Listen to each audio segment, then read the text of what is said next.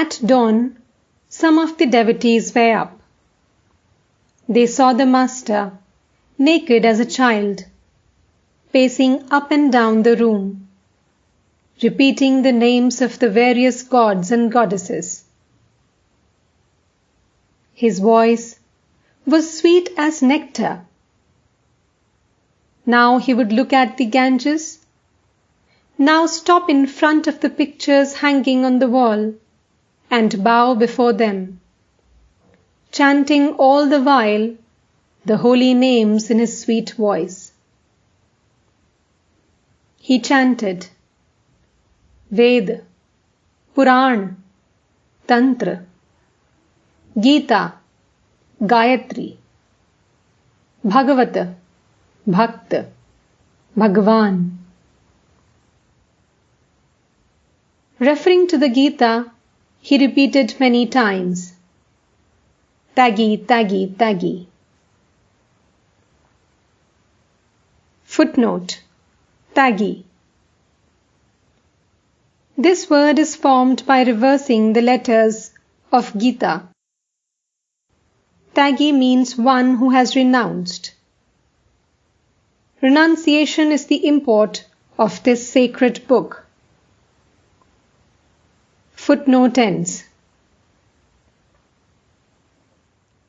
Now and then he would say, O Mother, thou art verily Brahman, and thou art verily Shakti. Thou art Purusha, and thou art Prakriti. Thou art Virat. Thou art the Absolute, and thou dost manifest thyself as the relative. Thou art verily the 24 cosmic principles. In the meantime, the morning service had begun in the temples of Kali and Radhakant. Sounds of conch shells and cymbals were carried on the air.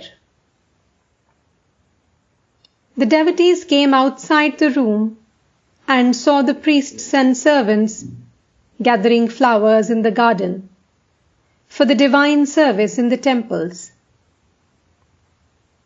From the Nahabat floated the sweet melody of musical instruments befitting the morning hours. Narendra and the other devotees finished their morning duties and came to the master. With a sweet smile on his lips, Sri Ramakrishna was standing on the northeast veranda, close to his own room. Narendra: We noticed several sannyasis belonging to the sect of Nanak in the Panchavati. Master: Yes, they arrived here yesterday.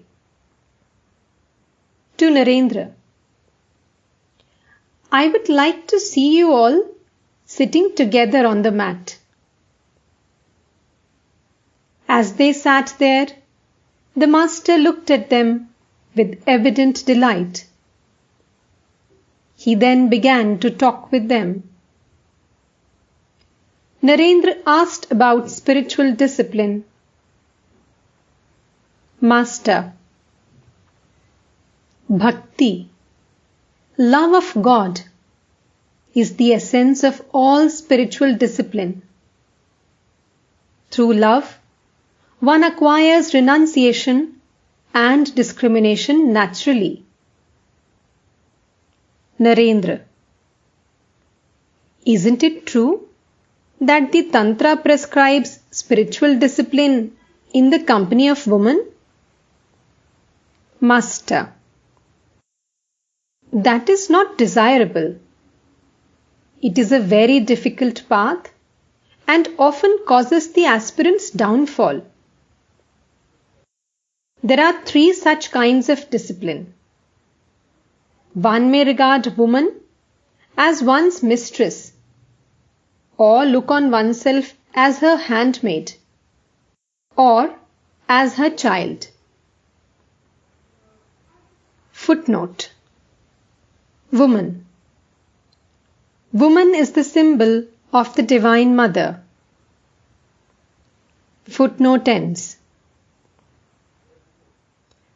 I look on woman as my mother. To look on oneself as her handmaid is also good.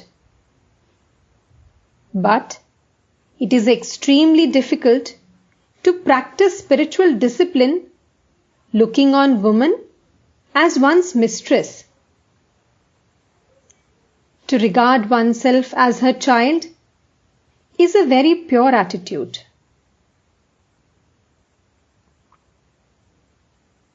The sannyasis belonging to the sect of Nanak entered the room and greeted the master, saying, Namo Narayana. Footnote. Namo Narayana. Salutations to God. This is the way sadhus greet one another. Footnote ends. Sri Ramakrishna asked them to sit down. Master. Nothing is impossible for God. Nobody can describe His nature in words. Everything is possible for Him. There lived at a certain place 2 yogis who were practicing spiritual discipline. The sage Narada was passing that way one day. Realizing who he was, one of the yogis said, You have just come from God Himself. What is He doing now?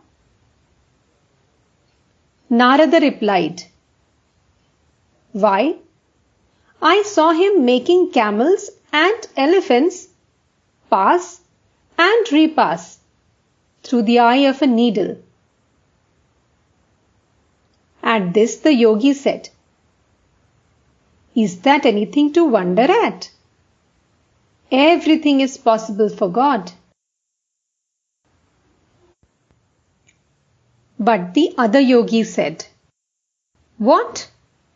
Making elephants pass through the eye of a needle? Is that ever possible? You have never been to the Lord's dwelling place.